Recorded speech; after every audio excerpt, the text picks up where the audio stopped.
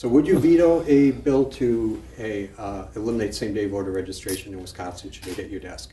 Well, if it has a price tag, absolutely. I've said repeatedly, I don't want a bill that costs that kind of money out there. When I've talked about in the past, when I've asked about this, whether it was here or anywhere else. How low would the price have to go for it to be something you would support? Well, I mean, to me, a cost period is, I'm not interested in it. And because of that, it doesn't appear that it would be dropping. So you would veto it if the cost is anywhere near what the If you got 5, 3, 4 million, exactly. I mean, there's no way we're spending money on something like that. That's good. That's good. That's a lot clearer in my mind to hear you say that.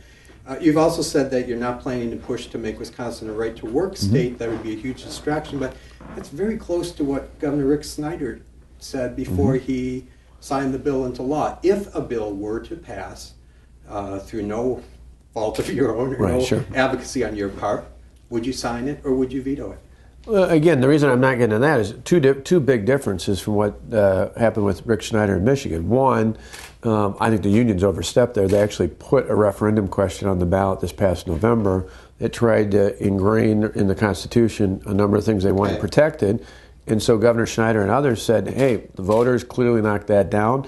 The voters had a say on that. It felt like they gave them an open door there to discuss other matters. And the other big thing he's referenced is right to work passed in Indiana, and they felt that was a competitive issue. So in our case, we're different there, but here, well, there's no referendum, and there's no comparison in terms of Minnesota and Illinois aren't going to have anything like that. In fact, the comparisons we have with them, we're much better off. So I just read something this morning, someone predicting that all of the Rust Belt states will work toward right-to-work legislation. There's the belief that it is coming, whether you push for it or not. If it does someday there may be a debate about that, but in the next 2 years, I don't believe there will be. And the reason why is simple. And I even had somebody last night, we had a reception for all the lawmakers, both political parties. A guy came up who's been a longtime supporter, and he said, I think you're right about this. And I said, right about what? He said, right about your position on right to work.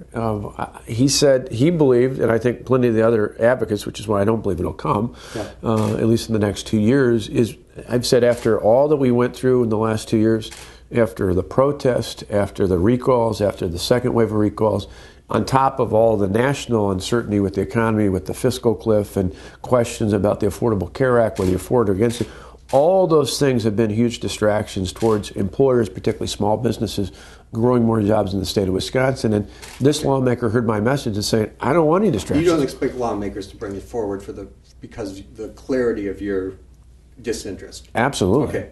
Do you still think you can fulfill your campaign pledge to create 250,000 new jobs by the end of your term? According to the Journal Sentinel's tracker, I think they said there's 25,000 jobs, which leaves you 225,000 jobs to go with only 2 years to go. Yeah. Isn't it kind of likely that you're not going to make that goal? Well, a couple different things. And this one, instead of wrapping around, I'll give you a couple, because I think it's worth dissecting. One, I'm still committed to that goal of helping the people of the state create 250,000 jobs. And the reason, and despite, all the things I mentioned would be pretty good rationale for why it would be hard.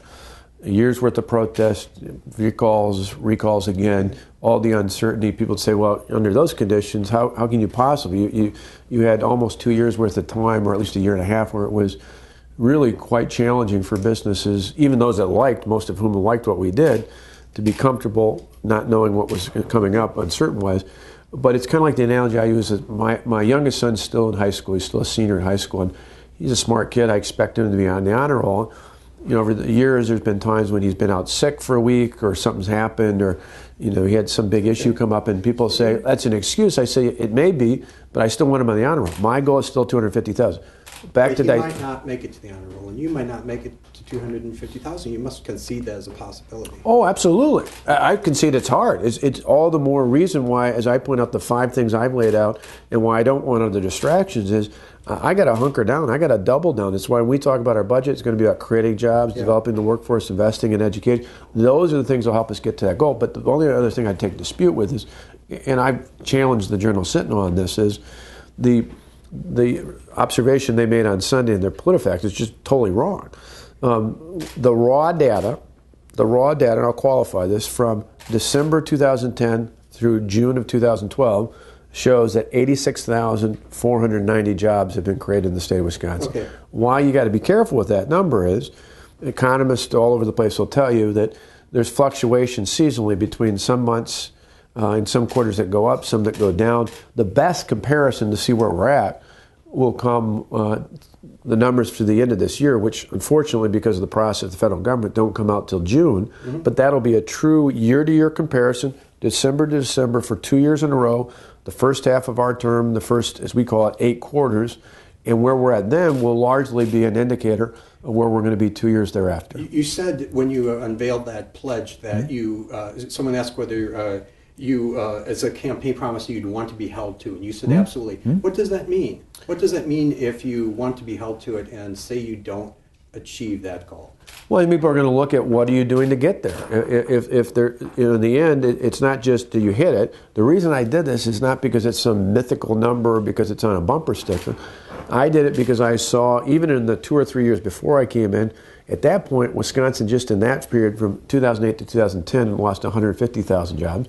Before that, we'd been down a little bit in jobs and where we needed to go. I looked going forward and said, not for the jobs, not for the numbers, but for 250,000 or more families, I wanted those families to have at least one person in their household who got one of those jobs, who was hired in one of those jobs, because it makes for a better family, it makes for a better community, it makes for a better household.